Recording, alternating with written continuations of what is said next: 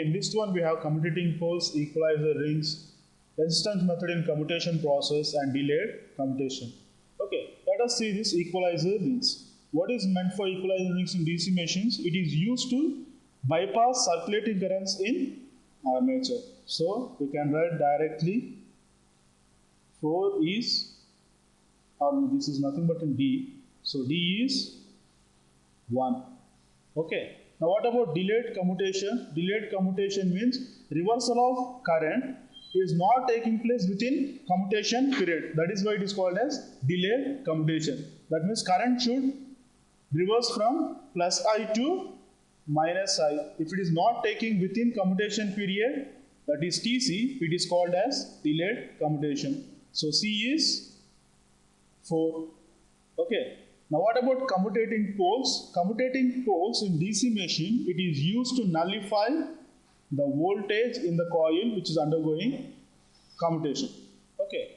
So A I can write it as 3. So what happens to B now? B is equal to 2. Okay. If you introduce resistance in commutation process, time constant of the circuit can be reduced. What is the time constant? Is nothing but in commutation period TC can be reduced.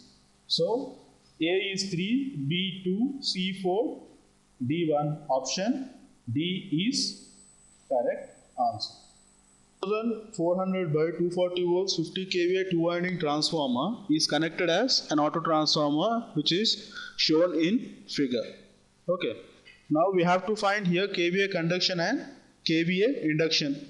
Directly we can mark option as B, since kVA induction is 50 kVA. In 2-winding transformer we don't have any conduction effect. We have only the kVA which is corresponding to induction. Okay, no need to solve this problem. Directly you can put option B. Okay, but how to solve this one? Let us take current flowing through this primary winding is I, and current flowing through this winding is I1, and current flowing through this winding should be I2. If you see here, primary is 2400 volts, but whereas secondary is 2640, which is equal to 2400 plus 240. Okay, this is secondary winding connection. That means what is happening at the output side? These windings are in additive manner. Okay, now we have to find kVA conduction and kVA induction. Okay, now what is I1 there? I can write I1 is equal to 50K by 2400. Okay, the winding which is corresponding to this one is 2400 volts, whereas for this one is 240 volts. Okay, so current I1 is 50K by 2400, which is approximately equal to 20.83 amperes. Similarly, I2 is equal to 50K by 240 volts. This is 208.83 amperes. Okay. Now I is equal to I1 plus I2. So I can write this one as approximately around 229.16 amperes. Now what is kVA auto transformer? The total kVA of auto transformer is 550 kVA. We know that kVA induction is equal to, okay, how you got this 550 kVA? Multiply it by 2400 into what is current flowing through the winding, primary winding, 229.16 amperes. You will get approximately around 550 kVA. Now we know that kVA induction is equal to 50 kVA. Now what is kVA conduction?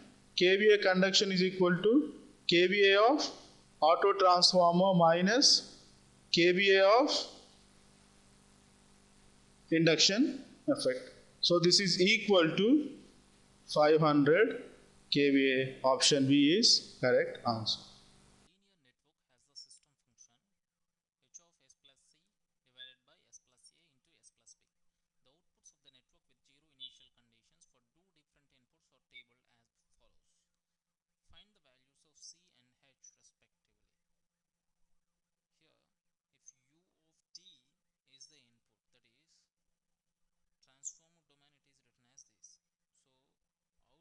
a system, that is y of s is nothing but h of s plus c divided by s into s plus a, s plus b, okay,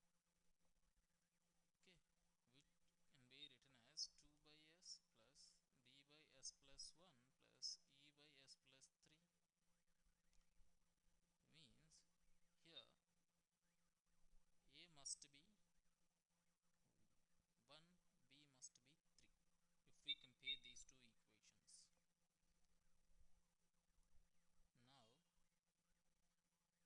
Now here at s equals to 0, the residue is 2, that is its c by ab is equals to 2, that is its c equals to 6. Now second one, if e power minus 2t u of t if we apply, which is in Laplace domain 1 by s plus 2, y of s is h of s plus c, s plus 2, s plus 1, s plus 3.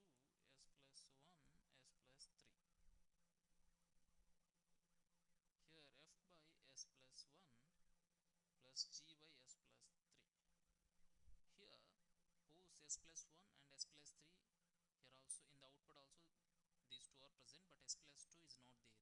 That means there is a chance of, there is a pole zero cancellation is occurring here. That means c that is going to happen